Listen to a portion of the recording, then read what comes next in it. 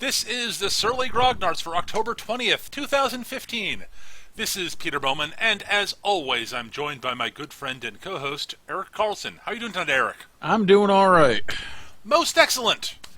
So, we got something we're going to talk about. We're going to probably spend a bunch of the show talking about Discworld, since a couple people have asked us stuff that's sort of related to it, and we both love Discworld. Yeah, because Terry Pratchett is fucking awesome. Yes. But there are things that have happened in the world of nerd culture very recently that both of us are kind of excited about in some way, shape, or form. So we should probably talk about that a little bit because I know we're going to get off topic and talk about them. So let's get out of the way now. Let's do it now. Because that'll totally work. So, yesterday, during halftime of Monday Night Football, some movie had a small trailer type thing that was of no real importance. I don't know, some piece of crap that's gotten, no attention. I don't even know how it got on there. It's called Star Wars. And I don't know, it looks like shit. Yeah, they're and laser I'm clearly swords. not squealing like a fucking 5-year-old watching that trailer right now. I watched the trailer. It looked pretty. I gotta tell you, whoever's doing the trailers for Star Wars is fucking knocking it out of the park. Oh god, yes, absolutely. It's a gorgeous trailer. It's exciting. Captain Phasma is my girlfriend. Her armor is very shiny. It's not. It's just that it's like chrome armor. It looks like it's fucking brushed and beaten steel. And she's got a cape and a blaster, and I'm just like, holy crap, that's awesome! And there's a girl under there. That's even better. Yeah, and she's pretty awesome too, for everything I've said. Everything I've heard, she's a giant. She's everything Boba Fett wished he was. I was talking about the actress, and from what she's good. I've not watched Game her of Thrones. name, but I've seen her. It's Brienne from. It's the woman who plays Brienne, whose name escapes me at the moment. Yeah, I can't remember her name either, but yeah, I've seen her in a couple things. She's always really good. Even that really abysmal episode of Law and Order Special Victims Unit, which was just terrible. But she was good in it. But they gave her to work Gwendolyn Christie. Yeah, she's awesome. Yeah, I've heard nothing but good things about her. So, and she is. When I heard the casting choice, I'm like, you know what? It's probably going to be awesome. That's probably going to be awesome. Yeah. That said, all of this said, I am so not getting my hopes up. I'm intentionally damping my hopes down. It's Star Wars, and I've been burned by Star Wars so much for the past couple decades at this point. It's a combination of things. And J.J. Abrams, I don't trust J.J. Abrams to friggin' That's pick up the big thing for me. I'm not a big fan. You ruined Star Trek. Please don't ruin Star Wars. It's a better fit for him, but not by much. If you ruin Star Wars, I will hate you for fucking ever, you bastard. I'm sure he'll care about that with all his millions and millions of dollars. Excellent. While he's rolling around in that, I'll set it on fire. But if I don't get my hopes up and it's bad, I won't be that angry, honestly, because I will say, well, I wasn't expecting it to be good. Right. Here's the thing. I can't help it. I've been burned by stuff that... I know. Not just by Star Wars, but by other things that I've gotten my hopes up for. Right. Sucker Punch immediately leaps to mind because I still haven't forgiven that movie for being bad.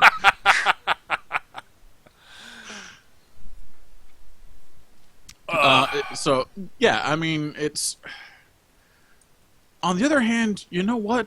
I really fucking loved Pacific Rim, and I had my hopes up really high for that, and it did not fail to disappoint. So... Yeah, of course, that was also by a director I trusted, dealing in a subject that he's well versed in. Right. I have no idea how versed in Star Wars Abrams is, and that I'm not that worried about that. Star Wars is such a big part of the cultural zeitgeist to a large degree, honestly. Yeah. That it's sort of, I mean, there are a lot of people who haven't seen the movies and don't know much about Star Wars.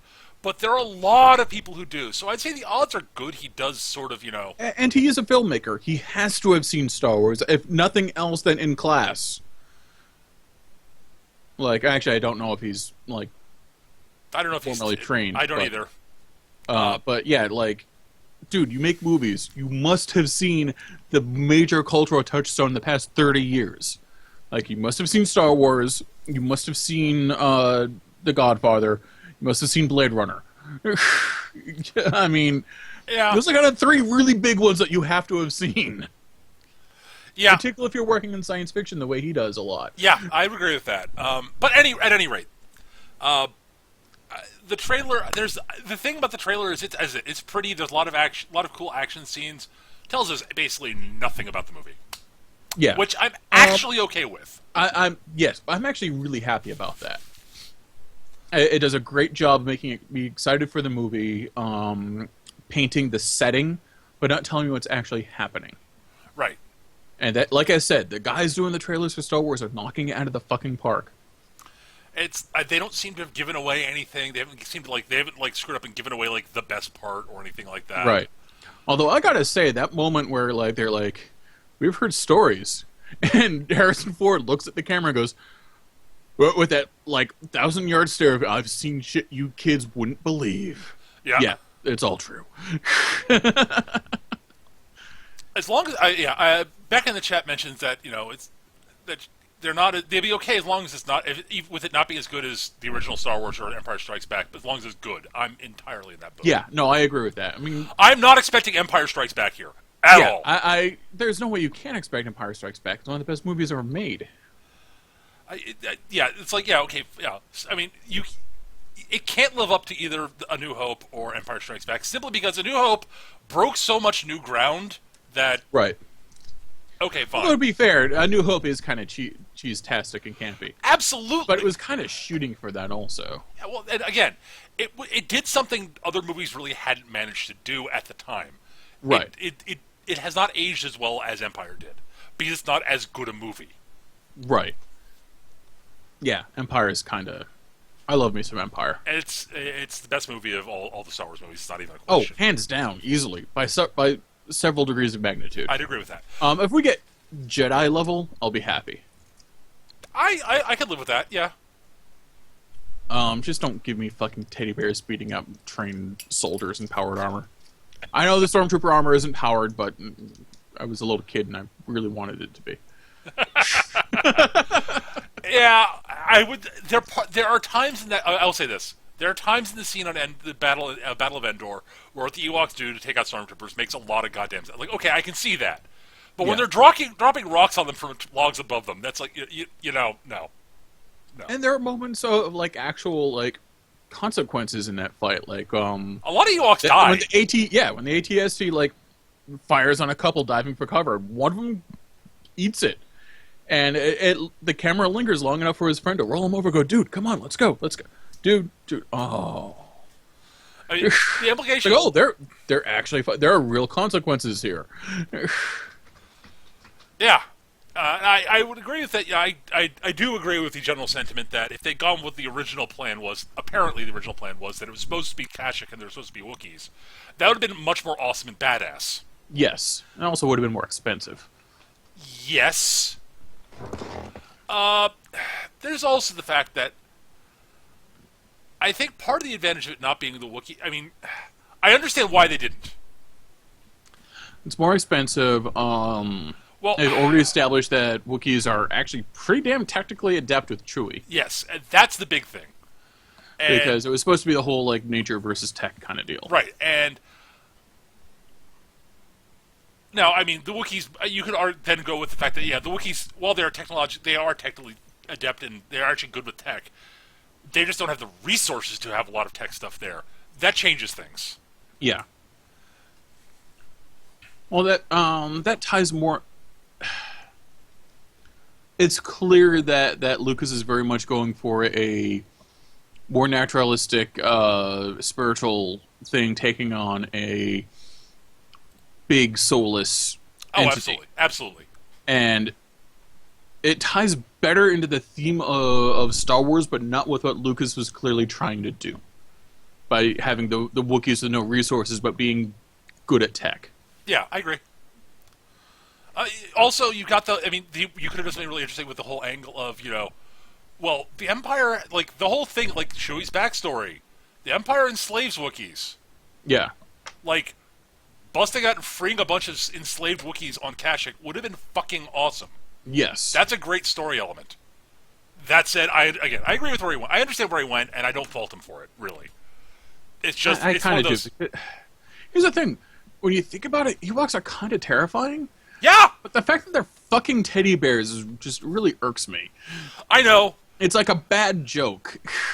It's really funny because you're like, oh god, they're cute and adorable. It's like, yeah, they were about to eat, like, Han, Luke, and Leia. They're playing trooper helmets, except they're getting different sounds from each of them, which means they have different degrees of, like, head meats inside. Yeah. They're kind of scary little things. Kind of monstrous. Yeah. It's just very subtle if you don't, like, pay attention. Right. At any rate, Star Wars is... So, yes, the new Star Wars movie's coming. So, yeah, I'm excited despite myself.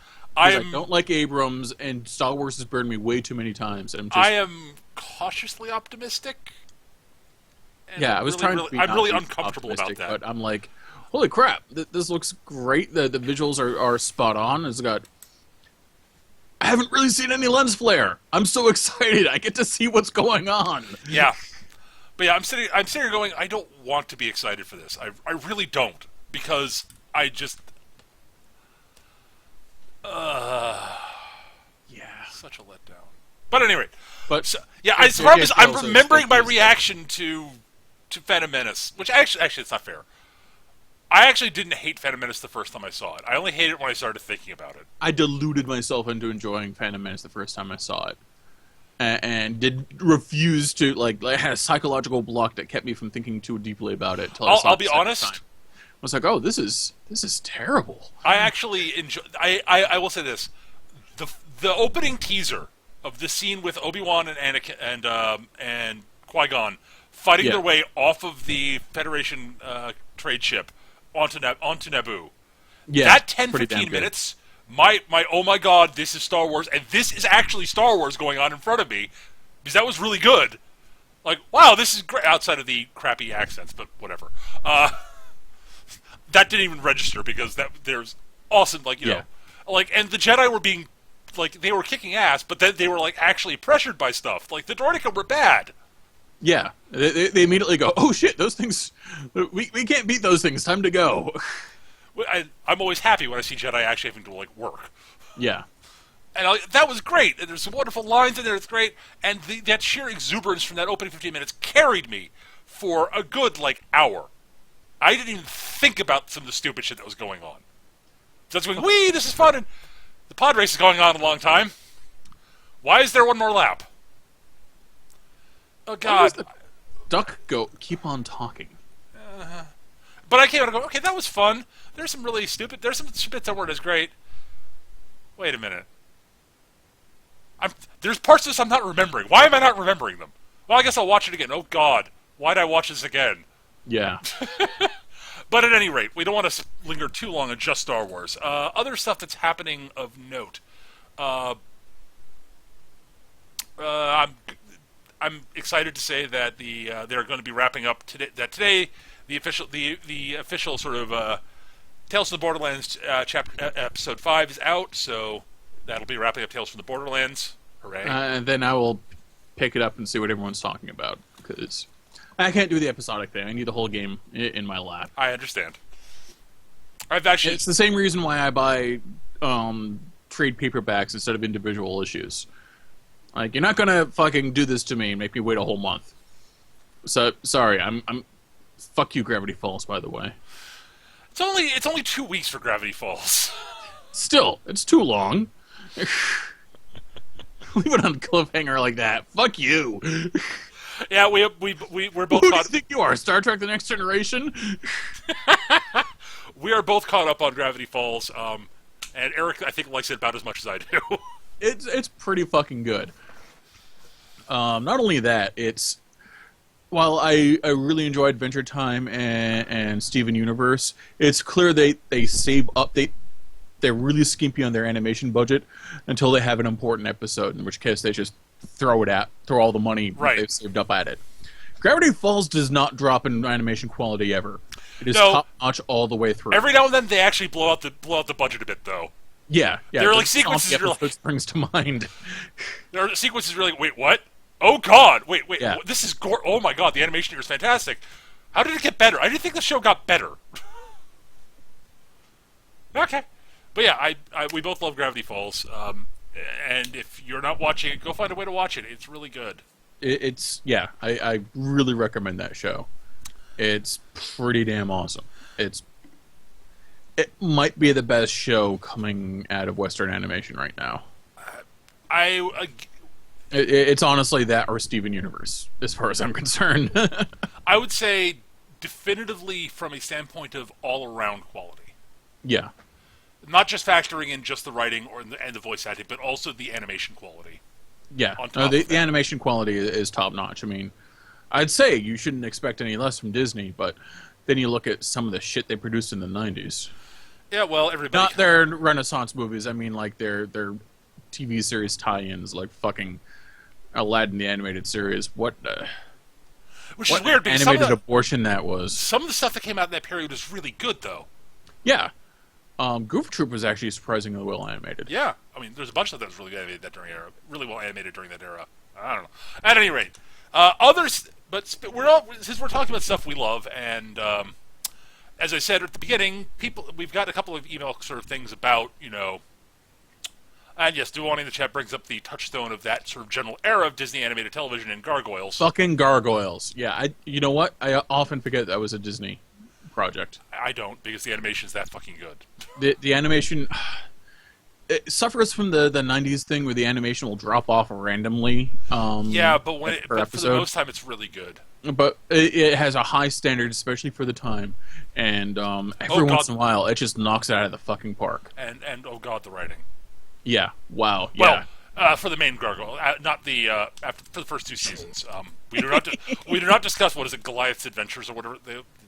No. Or the yeah. Or with the totally not the KKK with power hammers. Yeah. But at any rate, so we've been gotten a couple of questions gotten a couple of sort of suggestions and such to talk about some stuff involving Discworld, because we talk about Discworld a lot. Because Eric and I both fucking adore Discworld. Just fucking Terry Pratchett, man. Terry Pratchett is one of my favorite comedic writers. Yeah, he knows his shit. He did. Yeah. Sadly. Yes. Unfortunately, he did lose his battle with I forget what form of rapid onset Alzheimer's. Yeah. Which is a goddamn shame, because he was amazing. Yeah, he was kind of awesome. I mean, he made his own sword out of meteoric iron that fell into his yard. Yep. And then he was knighted with it by the goddamn fucking queen. Yep. Sir Terry was amazing. But Discworld is... For a long time, I didn't think there would be comedic fiction that I thought was... that I enjoyed more than I enjoyed the Hitchhiker's Guide to the Galaxy books. I thought Douglas Adams would forever be the king of comedic fiction for me. He is... Yeah, Doug... Funny how funny novelists come out of England. Yeah, and bizarrely, I think Pratchett actually managed to beat him, and I think he's more prolific than Adams. And it's not just his level of output. Although that he blows Adams out of the water on that. Despite that, Adams wrote a lot, but that's because he did a lot of other stuff too. Yeah, Adams. He wrote a lot of TV. He did a couple movie scripts. It's not like he was a showrunner for Doctor Who for a while. Oh, wait, no, not at all. But oh god, I absolutely like Discworld. I love the Hitchhiker's Guide to the Galaxy books. Even the last one, which I'm not as big a fan of as I am the rest of the series. The one that sort of goes, and fuck all y'all, I'm out. Yeah. There's stuff in that that's amazing. But Sandwich maker. yeah, yes, Arthur Dent Sandwich Maker is probably one of the greatest things he ever wrote, honestly.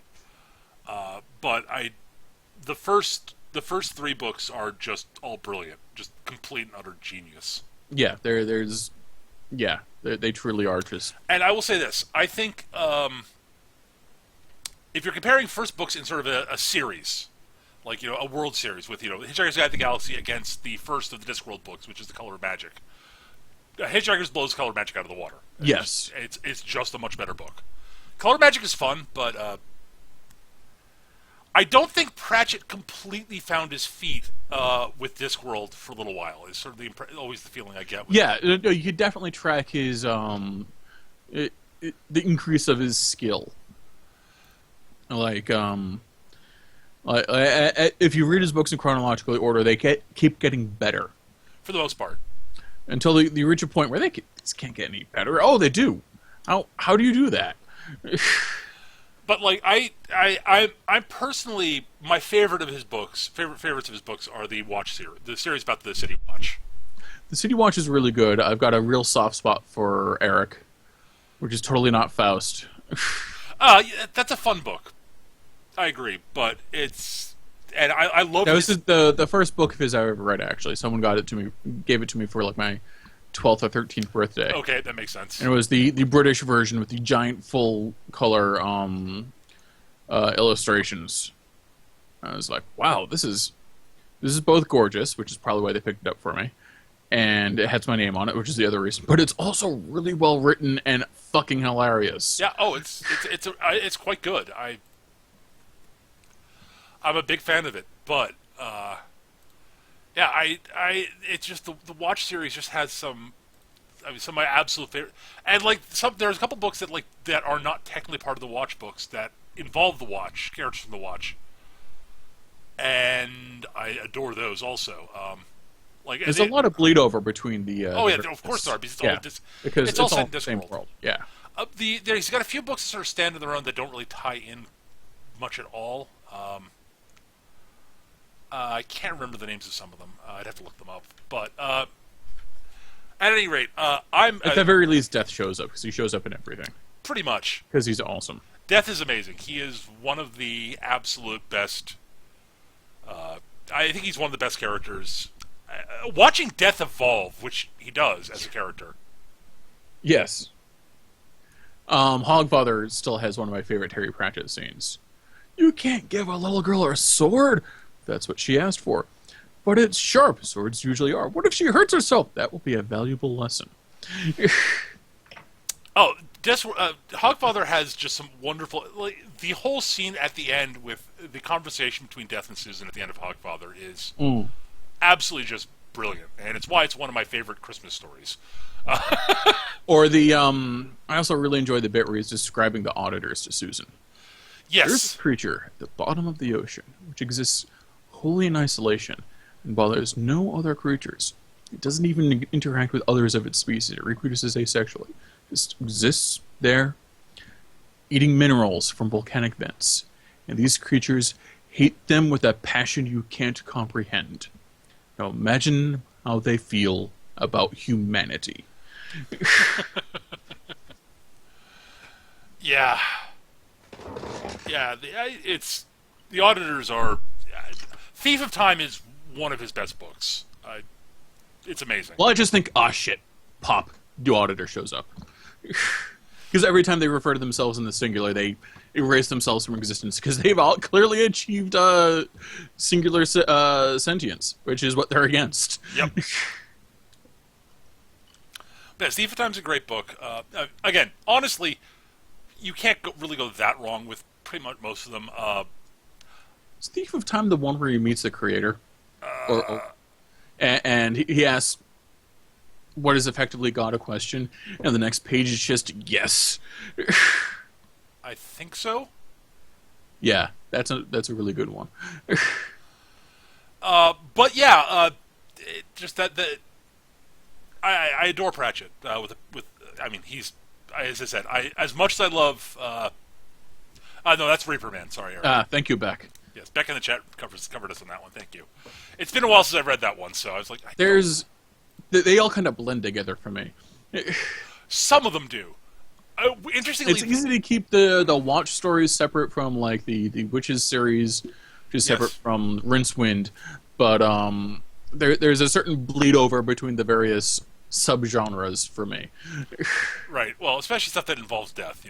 Yeah, because he's always there. Well, what do you expect? It's death. But yeah, uh, I would have to say, like, just the thing I love about the watch books is just watching the evolution of all the characters in them. Yeah, Like watching Vimes evolve is amazing, and seeing the patrician further and further, Veterinari further and further fleshed out, and realizing exactly what it is he is, yeah. and that he's genuinely trying to do what is best for Ankh-Morpork, which is amazing. It's shocking because he plays himself up very much as the evil mastermind villain, because And that's what people expect. and the thing is, he revels in he freely admits he's a tyrant. Yeah, He doesn't, but he doesn't see the need to. The thing I love about it is he doesn't see the need to enforce that very often. But it leads to wonderful scenes where people complain about, you can't do this. Yes, I can. I'm a tyrant. I, in fact, do have that power, and I'm going to use it right now. What? But the one scene where Vimes is visiting the palace, and he's in the throne room and waiting for the patrician to show up, because of course the patrician keeps him waiting. That's what politicians do. And he's looking at the cobweb dust-covered throne, and he thinks any lesser man would have sat in it, but not a veterinary. right. Anyone else would have tried to claim the throne, but not him, because he's not an idiot, and that makes him dangerous. Well, there's a wonderful scene later in that same book with Carrot and Veterinari, where they're talking, and Veterinari sort of reveals to Carrot a little secret about the throne, which if you look behind it, it was originally gold leaf over wood. The wood's rotted away. Yeah. So the chair is completely non-functional at this point. Yeah, because it's just a facade. It's very much Pratchett loves his metaphors. Yes, he does. And he loves occasionally just spelling them out for you. Yeah. But yes, we are both big fans of Pratchett's work. But that actually should get us to some of the little questions we were asked to cover and such. So the big thing that so we got a comment on YouTube from Darth Elmo asking sort of three things. First off, would you ever do discussing sort of the Discworld, talk about Discworld and themes and lessons we can apply to role playing, since Pratchett took a good bit from role playing games apparently. Or just ramble on about Discworld for about an hour. Both are good. What do you think about running an RPG in Discworld? Since there's a GURPS module, there's a GURPS book for it, which there is, because there's a GURPS books for basically everybody, everything. I mean, Yeah. Yeah, GURPS really stands up to as an acronym, honestly. Or really lives up to it, rather. and lastly, after reading the Guards book in Discworld, what would it be like to run a game as PC the city watch in a fantasy setting involving crimes? What challenges and benefits do you think would come from having the PCs located in one spot as part of the government established order? Yes. You know what's funny? I've always kind of wanted to play and or run a similar thing as grunts part of a larger, not necessarily benevolent organization, and how you deal with that shit. Yeah, Like, sure. I always thought it'd be really cool to play in a Star Wars game where everyone's playing stormtroopers, and you're just a squad, and you do your thing, and watch as characters come to the realization, you know what? Maybe we're the bad guys. Yeah. I always thought that would be a really fun game. I think the problem with that is specifically with Star Wars is you already know that you're the bad guys. Most people who know Star Wars already know that they're the bad guys. Sure. And yeah, the players would know, but it's all about like the characters coming to that. I know, but it's a little hard. It's harder to get that feeling when you already know ahead of time that you're the bad. That like going, it's hard. You can do it, and players can role play. The players can role play it, but there's something a little bit more. I think a little bit more satisfying when the players don't come into it knowing exactly like how exactly where they stand on that. Like they Okay, fair enough. like I think it would work better in a world where the players wouldn't be as clearly aware of it. Okay, I could see that. It would work. Don't get me wrong. It would still work brilliantly. I think that would be a very good campaign idea. I'm not saying it's a bad idea. I'm not. It's good. I'm just saying I think it would work a little bit better from. Sure, and I was using Star Wars as an example to illustrate my point.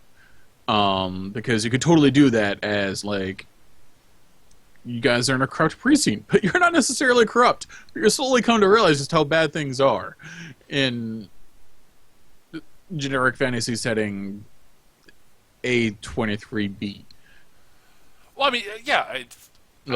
Holy shit, we're working for a tyrant. Not necessarily in Ankh-Morpork, though. Because, well, that's the thing, is you could do something similar to Ankh-Morpork, where you can go through this whole cycle where you're working for the Watch is really corrupt, and you're working for a tyrant. And you slowly realize that, wow, we really are, the Watch as a whole is really fucked up, and God, the person who's in charge of the town the city really is a tyrant. And then you slowly start realizing that the guy in charge is slowly making small changes here and there to make things better. you're doing it in such a way that the people in invested interest in keeping things the way they are don't notice. Right. Which is totally Veterinary's bag. Right. And so, like, you realize that the players have the chance to realize that they can start pushing back against the corrupt structure of the Watch. Because they might be able to, because the guy who's firmly in charge might actually have their backs to a certain degree, as long as they're right. Which is very heavy and weighty subject matter for a comedic game, but that's Terry Pratchett also. Yeah, like, strip away the comedy and the fun and the hilarious little footnotes. There's some really heavy shit in there. Oh, thud. Which is part of the reason why I love Terry Pratchett. Yes. Oh, the thing about Pratchett is he is a brilliant satirist on top of everything else. Yeah. He's like, this is really high praise for Paul Verhoeven, but I put him and Pratchett in sort of they do the same trick. Yeah. They give you really heavy subject matter, but they douse it in so much hilarity that you don't notice, and you can enjoy it on several levels as a result. Right, but the thing is, you sit there and then every now and then Pratchett will write like a book like Night Watch, which is not that funny. Yeah, but is amazing. Yeah, it's a brilliant book. I mean, it's but it doesn't. It's been 1,000 years since I wrote Night Watch. So good, but like, and then after Night Watch, you read like Thud, and it's funny. But the subject he's tackling is pretty heavy. Which one is Thud? Thud's the one where everything's cresting between the dwarves and the dwarves and trolls go to war. Right, yeah. And you suddenly realize, like, it's pretty obvious if you're paying attention, but he's talking about the Mideast. Yeah, he's talking about the Middle East. He's talking about the conflict between the Muslims and the Jews. Holy fuck. But then you've got things like 1, 2, 3, many. Yes, but that's established well ahead of time, Yeah. But he goes on to point out that it's not that trolls are stupid; they're just counting in base 4. Yeah.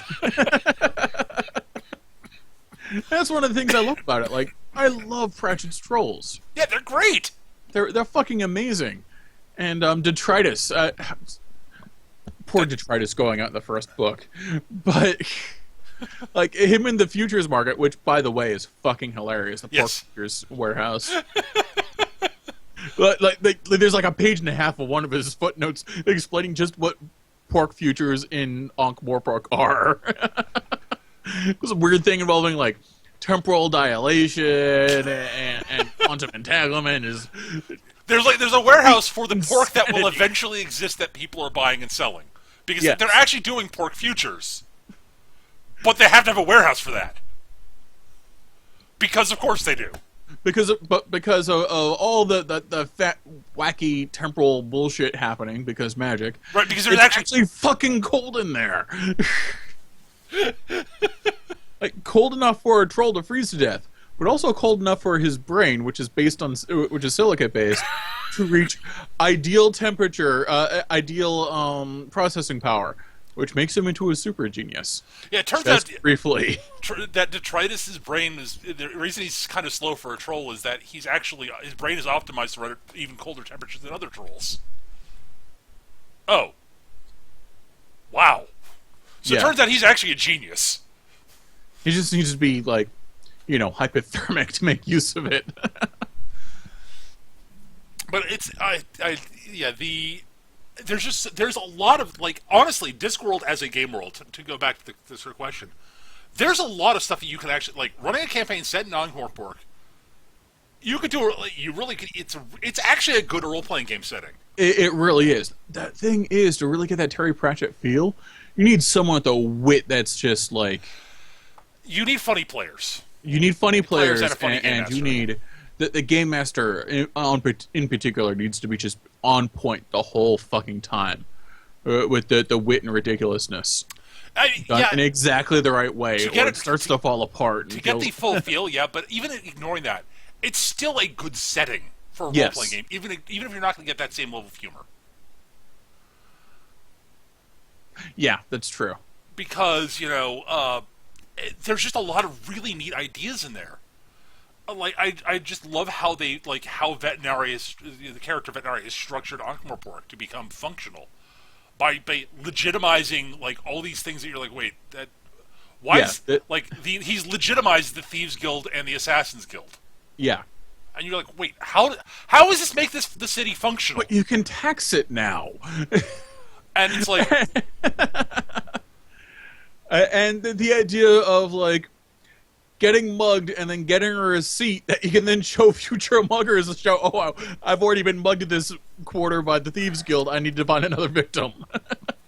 And shopkeep's kid they've made the protection racket completely official. Right, it's legitimate now. You can just pay you pay money to Thieves Guild. They give you a little placard to stick on your window, and if someone robs you, they're fucked. Yeah. It's like this wouldn't actually work in the modern world. No, not at all. But it's hilarious in But you can see it working during that time period. Yeah. And it works really well as part of a story. And I think it works brilliantly for a role-playing game, honestly. Because, I mean, you have the option, if you're a bunch of normal sort of role-playing game characters who get dropped into something like Ankh-Morpork, you're going to be completely fucking confused. It'll be brilliant. Yes. Can you picture a traditional have fantasy images of the party thief going to make some extra coin and picking pockets and going through the coin purse. Oh shit, Thieves Guild receipt. Now I need to find this asshole and return it. Well, yeah, like that. There's that great thing. It's like, oh hell, someone already beat me to this guy. Fuck. Sir, here's your coin purse. I'm sorry, I didn't realize you'd already been. I'm sorry, sir. You need to be more obvious with your receipts. Avoid embarrassments like this for the future. Amusingly, that reminds me of a wonderful little moment in one of the known space stories Larry Niven wrote. It was one of the Beowulf Schaefer stories. Beowulf Schaefer is one of the characters he wrote a bunch of short stories about, and he's from I forget the name of the planet. Crap, he's a quote Crashlander. I think We Made It's the name of the planet. It's a low gravity planet, so he's very tall. So he's very tall, very lanky, right? Physically not very strong, and it's just basically he met this guy during space travels who's from Earth, and they became great friends, and the guy invited him to come visit him on Earth. And so the first time he's come to Earth ever, and Earth is this immensely crowded planet at this point. Right.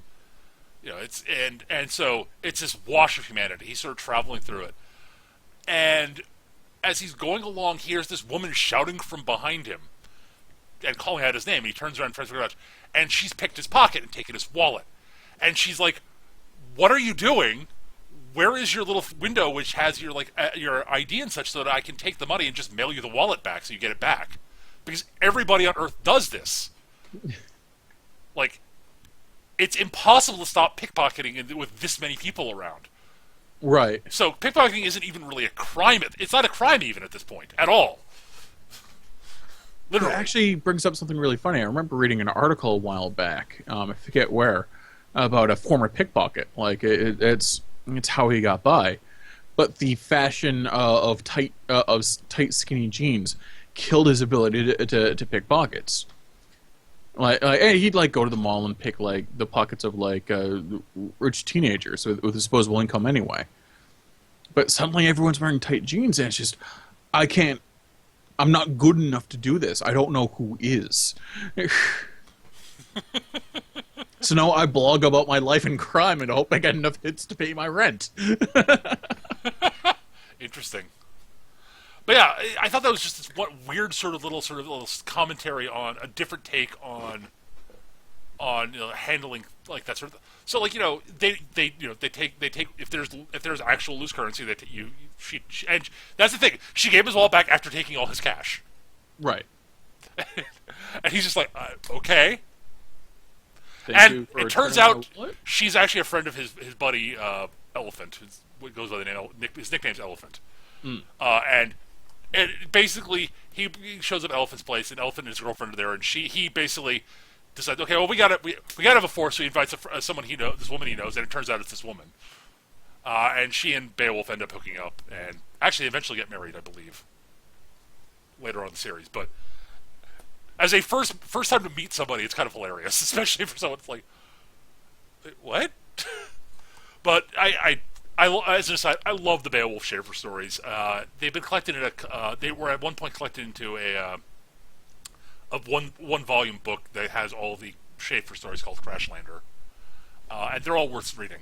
And I'll have to pick that up at some point. And it's actually, I've only read one or two of his those short stories. The interesting thing about it is he actually has framed a story connecting all the stories together.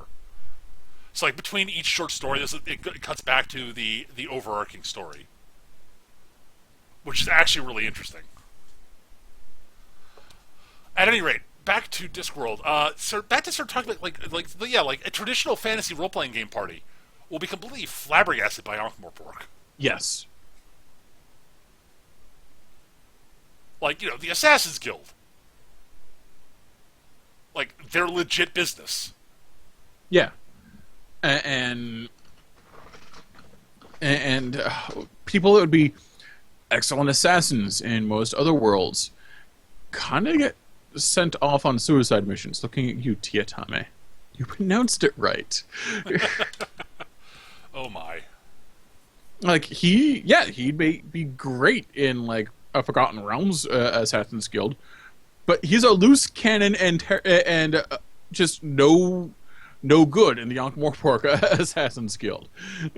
He's a brilliant killer. He's a terrible assassin. Yes.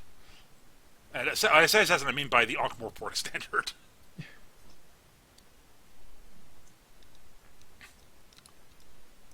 But yes, just the assassin. The whole thing is just and the really interesting thing about reading the Guard series, especially, is you're watching as the police force has to a police force that starts out corrupt as all fuck and completely incompetent and useless, evolves into an actual functional police force in this city. Yes. Which is in itself kind of amazing to see. It's amazing.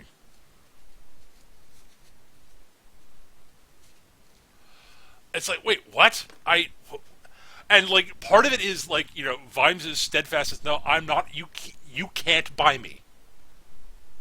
Yeah, he's fucking Elliot Ness. Yeah, he is. Except more awesome. Which is saying something, because Elliot Ness is pretty fucking awesome. Yes. The bit about after Vimes marries the noblewoman and complaining about his good shoes. Yes. Because with cheap shoes, within a week, I could start to feel the cobblestones through the soles again. I know where I am. I can tell without looking what part of the city I am and even what street. But because the soles are so good, that means I can't feel anymore. I can't feel the street. I literally can't feel the street. And it throws him off. Which leads into another tangent about, like, rich people are rich because they buy really expensive, high-quality stuff initially, and then don't have to buy it anymore. Right. Like, they pay, like, these boots will last me the rest of my life. When before, I was buying a new pair of boots every 2 weeks. Or every 6 months or whatever it was. I forget the exact time, yeah.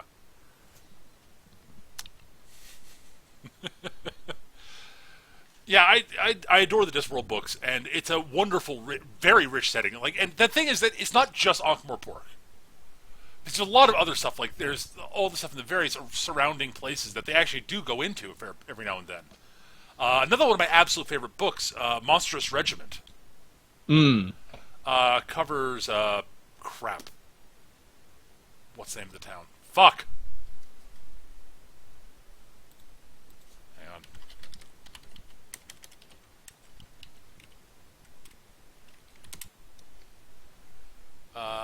Where is it set? Borogravia.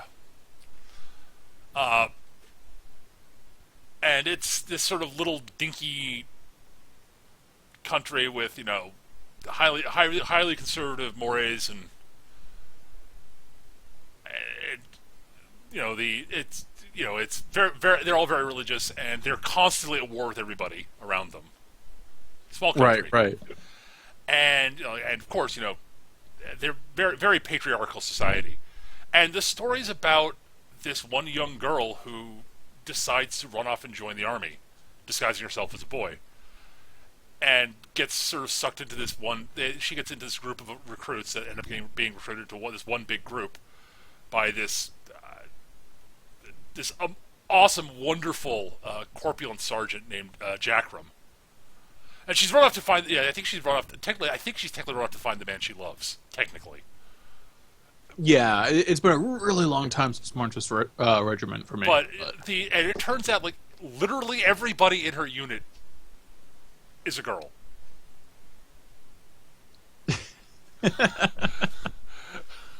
and it ends up, you know, and they end up being absolutely amazing soldiers. They become, like, you know, the unit as a whole is just, they end up being basically complete and utter badasses in her own way. And no, Beck's right. It's not her lover. It's her brother. She just goes there to find her brother. One of the other girls in the group went off to find the man, joined up to be with. I forget the detail. It's one of my favorite Discworld books. It helps to have read some of the Watch books first, entirely because Vimes and some of the other members of the Watch show up at various parts of the book.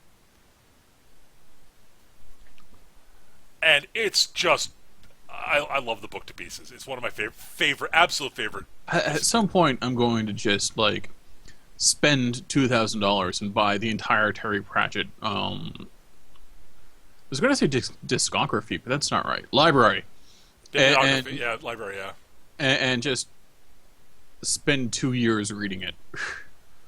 Actually, his stuff goes down really fast. Yeah. So, probably take me like 6 months. Technically speaking, there are, if you count the young adult books set in Discworld, there are 41 Discworld books. It's not that bad, actually. Yep. It's a significant chunk of my storage space. And by storage space, I mean floor space at this point. But I'm just looking at. I can't bear to get rid of a book, honestly. Yeah, I know the feeling. Usually, if I have to get rid of them, I find it hard to find people to give them to. Right. Yeah. But yeah, there are a few books in Discworld that sort of seem to stand out on their own, sort of aside, and don't tie into anything else. Like Pyramids really doesn't. It's just sort of there, standing on its own. Right. But like almost everything else ties into either the Watch, the Wizards, or the Witches for the most part. Oh, or Moist Fun Lipwig, who is also awesome. Although most of the Moist books have some ancillary ties into the Watch. Right. Like that's Going Postal and Making Money. Going Postal, yeah. Those are really funny. Going Postal is the best of those books. Yeah, that one's really funny. The second one's pretty good. Making Money. I've not yet read Raising Steam yet, which is the last of the Moist Fun Lipfig books. But yeah. Oh, and the death books about death and his death and his family. Right. Yeah, I need just to read all this shit. It's got. Damn you, Pratchett, and your ridiculous. What's the word I'm looking for? Productivity? Yeah, sure. That works. Yeah, we'll go with that. Well, the first book came in '83, and the last book was released this year, posthumously, obviously.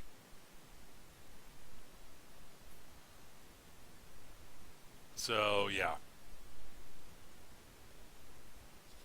32 years worth of books. Yeah. Popping one out like. That means there more than one book came out a year. Yeah, just popping them out and out. I mean, he's no Brian. Jesus. What's his name? Brian Sanderson. I think that's right. Yeah. The dude who took over for Jordan. That dude's. Oh my god, that dude cranks out books at a truly ridiculous rate. Oh lordy. I've not read much of his work though, so I can't really comment on it. But at any rate, yeah, I do think that I do think Discworld is there's just so much stuff you can do there. Yeah, there's a lot you can do, but like I said, you need funny players that are willing to oscillate between silly fun and heavy shit at the drop of a hat. You have to be willing to bounce between the two. I mean, it's sort of like trying to run a proper Slayers campaign. Yes. You gotta have some. You have to. It's mostly levity, but there's gotta be some seriousness too. Yeah, I thought we did a relatively good job with that. I did too. So the two guys involved in it, and therefore not terribly well equipped to actually judge the overall. Totally not biased. We had fun though, so that's all that really matters. Yeah, that's true. But yes, the last thing I want to touch on before we go. And I don't think we can get a full episode out of it. But we can talk for a little while about it. Is the other question thing we got from Zenith? So I want to talk about sort of holiday themed RPG game ideas, like what we did. We did a Christmas special episode of the Mutants Masterminds campaign. Yes. You want to know whether Zenith want to know whether we've done any of those for any other campaigns we've done? How about incorporating an idea such that into a D&D RPG game like D&D or some other game system? And no, I've not actually done that before. It's one of the reasons I wanted to do it.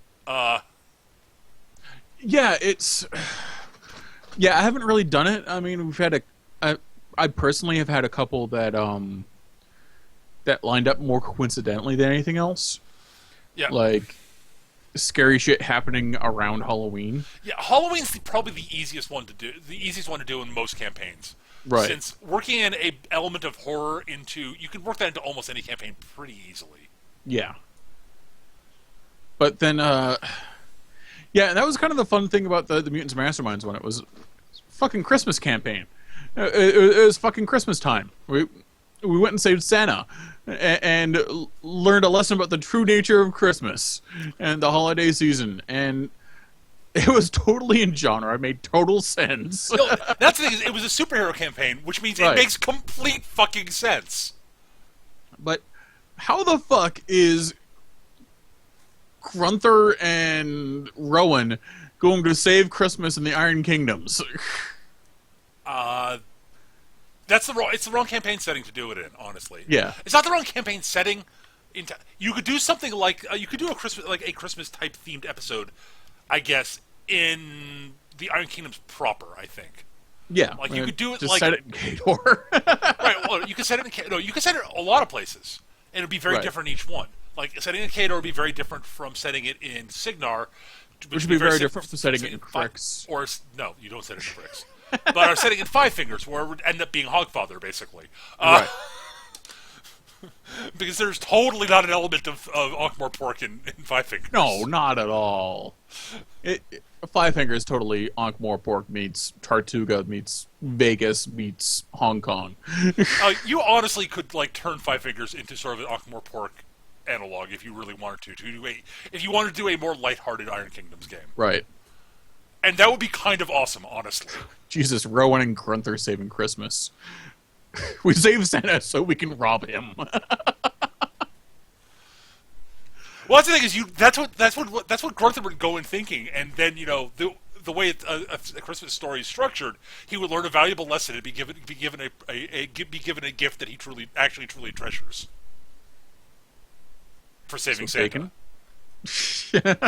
No, it would be something he wouldn't expect that he would treasure. He'd be, oh, yeah, that's the totally. whole point. And Grunther's not nearly as bad as he thinks he is. Right, exactly. Like Grunther thinks he's all hard and scary and badass, but like he really does kind of have the whole heart of gold thing going on, even if he doesn't admit it even to himself or realize it. And that's the thing is like after and you could totally envision after that particular thing, all of a sudden Grunther would be a big fan of Christmas. Yes. Grunther, it's a human holiday. I don't care. I got bacon. Also, Santa is awesome. Do not diss him. You do not make fun of Santa. He is awesome. He gave me bacon. Moro Massive.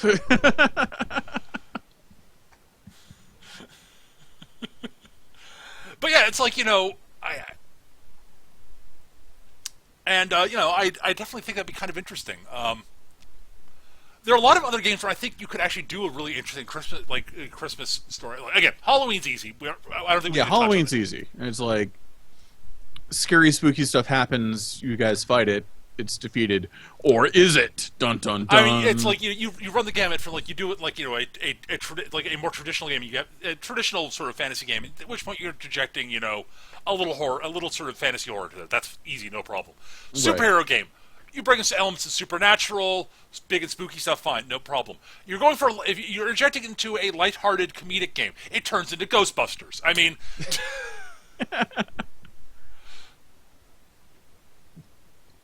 so this is although doing it in a way to really mess with your players is do it in like say Cyberpunk, which has no supernatural elements. Oh, absolutely. And then introduce supernatural elements. Right, absolutely. There was a wonderful little there was an article in the old Pyramid magazine that Steve Jackson Games used to put out. It was a little sort of little mini article for an idea for interjecting stuff into Cyberpunk because they had GURP Cyberpunk. Right. And the thing they introduced was a vampire biker gang. Ah, yeah. And like, so you're saying that like players that like, and the whole thing is like these plot threads about like, okay, yeah, we're investigating this stuff, and it's like, and like, okay, yeah, these guys, they're vampire wannabes, they're draining blood. It's like, yeah, fine, whatever. People, there are lots of weird people out there. Fine, there are lots of weirdos, especially in the Cyberpunk like. Right, exactly. And then things start getting really fucking weird, and then you realize that like they're faster and stronger than people. It's like, okay, well, they're faster and stronger than the chipped up Solo. And you're like, wait, what? It's like these guys cyber psychos? It's like, okay, fine, yeah, okay. Well, we'll track them. Wait a minute, why does the holy water actually fucking burn them? And where did you get holy water in this time? Well, no, the best part is like, okay, we can track them. They can't get through that area. They couldn't have got through that area. They just set off all the alarms with their wired reflexes and all that stuff. And you lose them. It's like the only way they could have gone there, but they'd have tripped the wires. Okay, must have sabotaged the scanners. No, they're not sabotaged. What the fuck? Yeah. Oh no, they're that fast and strong because they don't have any cybernetics. They actually are vampires. Oh fuck! What do we do? Well, we need wooden stakes. The fuck? Holy water. The fuck? Maybe we cut their head off and like. Mirror-line boxes. I remember that was important from this one movie I saw that one time.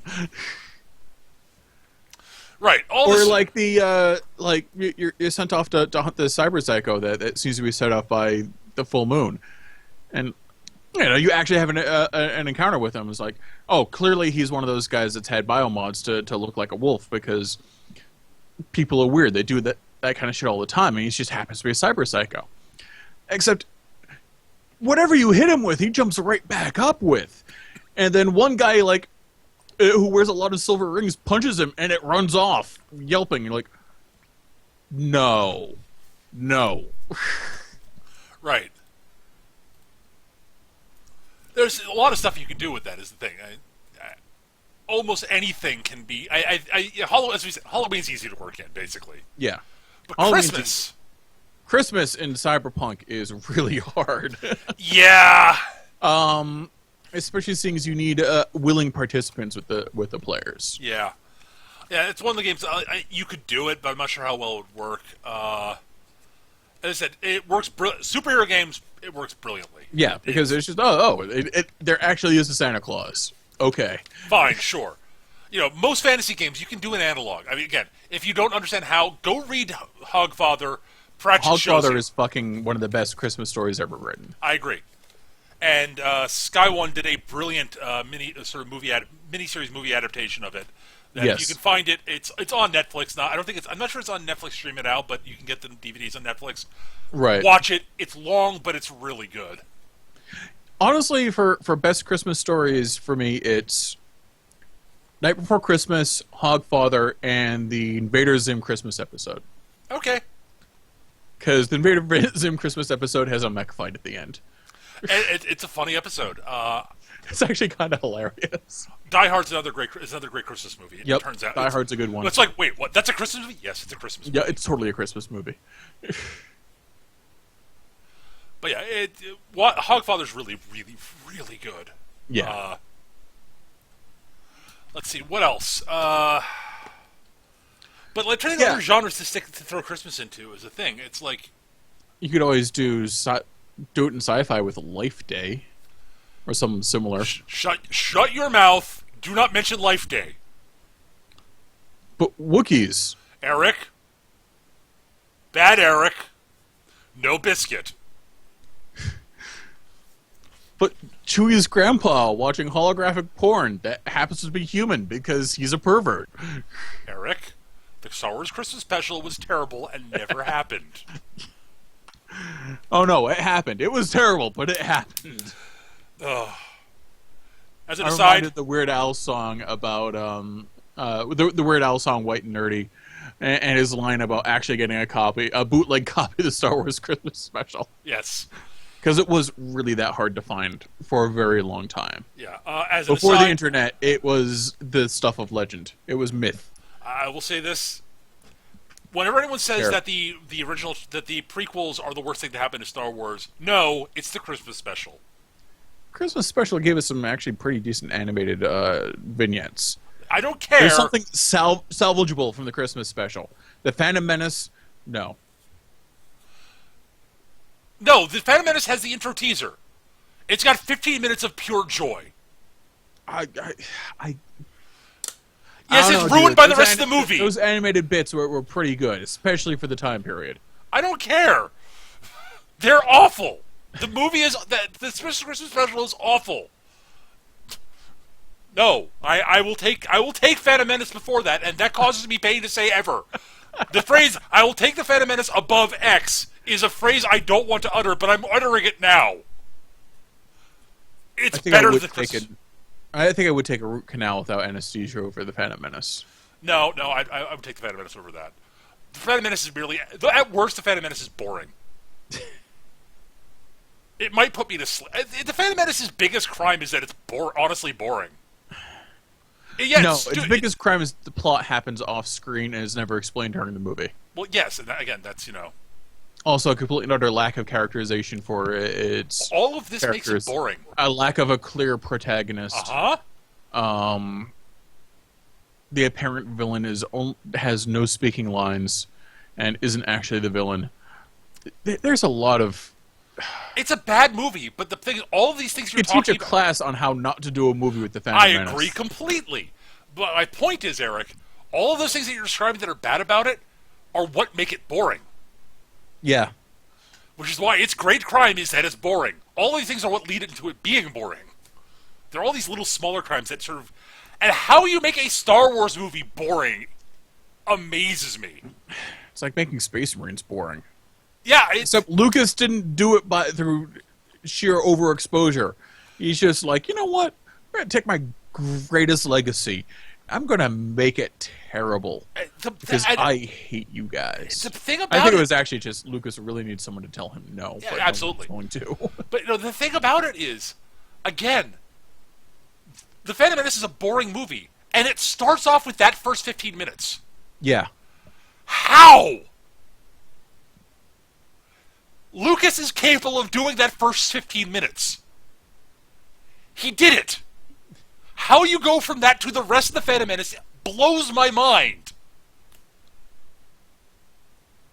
Chancellor Valorum, I call a vote of no confidence because I am Natalie Portman, and clearly I'm not allowed to emote at all, even as well as I was in Leon the Professional, which is actually a really good movie. Yes, it is. Excellent movie. But I'm not allowed to do that here. Also, I'm wearing too much makeup. And a stupid dress. Yeah. And ridiculous hair. Stupid outfits and dumb hair are not new for Star Wars. No, not at all. Leia's hair in the first movie is... It's actually relatively utilitarian in that it keeps her hair out of her face and fair enough from getting caught and stuff. It's silly, but at least it's utilitarian. Yeah. It makes a certain degree of sense. Padme's hair is dumb. Yeah. I won't deny that. Yeah, Padme's hair is dumber. There's no question about that. But at any rate, but yeah, I think, doing holiday stories in role-playing games, it can be a lot of fun. I do recommend them making them only sort of quasi-canon to the story. Yeah. Much like I did with the holiday, the Star City holiday episode, because notice how no one ever mentioned Santa Claus again in that campaign. Right. And despite the fact he totally owed us a solid. And you know what? If and whenever I bring Star City back, that campaign back, when I finish getting off my ass and adapting like all the characters into Hero System, it's gonna be a pain in the ass. Oh jeez, the Doctor must be such a pain in the ass. Oh, he's easy. Really? Oh God, he's yeah. A giant Swiss Army knife in powered armor. Yeah, that's not hard in Hero. Okay, fair enough. All your individual power effects are very straightforward. Okay, yeah, fair enough. Although I gotta say, Grog was a ton of fun to play. I know. Like Jesus Christ, if we do Hero again, I'm playing Grog. He is so much fun. I'm gonna pick up this gun, I'm gonna throw him into that guy, then I'm gonna throw a car at someone, and then I'm gonna burrow underground, because screw you. Yeah, as I said, I will get back to the Star City 2 campaign at some point, but I also need to finish. I do want to adapt all the Star City 1 characters into Hero System because right. I'm weird that way. At any rate, I'm trying to think anything else like. But yeah, basically, my tips for doing it honestly is don't be afraid to take the. My recommendation is to make sure make it not completely canon. Like, go into it, like, let your players know, I kind of want to do a holiday-themed episode for the game, because I think it would be a lot of fun. And, they may or may not, depends, there may be pushback against it, it depends on the group. If the group doesn't want to do it, don't do it, obviously. Yeah, clearly. But run you by might them. be able to sneak it in there with you might be able to sneak it in there. Sure, but, at any rate, it helps if the players are sort of on board with it. Or clued in. Yes. And don't be afraid to be silly with it. That's my point, is you got to be, it's going to be silly. Do not try to make it like, super serious. It's not going to work. Don't be super serial. Like, come on, guys. Like, have Skeletor follow a little kid around going, "What's Christmas?" That's totally cool. Don't do that. Don't turn into a bad 80s cartoon, please. Please don't do that. Unless they're playing that supplement of tune. Sure, I guess. Why not? But, yeah. Yeah. I think that's probably going to do it for this week, though. I think we have run our course. I think we have. Yes. Excellent. Thank you guys so much for watching. As always, we save time at the end of each episode to review your questions, which we just did. See? We do that occasionally. We do that. Holy shit. Star City 2 with the true with the Thanksgiving themed episode. And it's basically just Grog telling everyone about how you're all stupid and Thanksgiving was terrible. Would you like more? And now I'm going to eat this entire turkey because screw you. Gorg, would you like some more? Would you like more pie? Yes. The answer is always yes. At any rate, so thank you guys so much for watching. If you've got questions you'd like us to answer the show, which we just did, as I said, you can email them to us. Our email address is surlygrognards@yahoo.com, surlygrognards@yahoo.com. Or you can post them on our forums, which you can find at mechagm.forumer.com. Additionally, if you're listening to the recording of this on YouTube, you can just post a comment on YouTube. Those are all great places to do it. Let us know. If you've got feedback for us, ways we can make the show better, things we're doing, things that we could be doing better, things we're doing really well, things like that. Let us know. We really appreciate that. Feedback is awesome, but make it constructive because it doesn't help if you just say we suck. Right. Like, great. And what aspect sucks? Can you quantify that so we can make it suck less? Right. Exactly. On top of that, if you've got show topic suggestions, we love those. We love those. Holy releases. shit, do we love those? It means that we spend less time thinking about what we're going to talk about. But more importantly, that's the important part as far as I'm concerned. As far as Eric's concerned, that's the important part. The important part for me is that means we're addressing things that you, the viewers, want to hear about. So yeah, I guess that's useful too. So if you want to, you can. If you've got show topic suggestions for us, email us at the same place, surlygrognards@yahoo.com, forums, or on YouTube, or you can hit me up on Twitter. My Twitter handle's @mechagm. Send it to any of those places, and I will be sure to at least look at it. I can't guarantee we'll cover a topic anytime. Sometimes they require more work than we have time to do. That honestly, Eric has time to do. Yeah, honestly. Because I have more free time than Eric does right now. That said, we love getting show topic suggestions. We try to hit as many of them as we can because they're fun. There. And like Peter said, like, for all my flippancy regarding it, like, doing shit you guys actually want to hear about is important. Yep.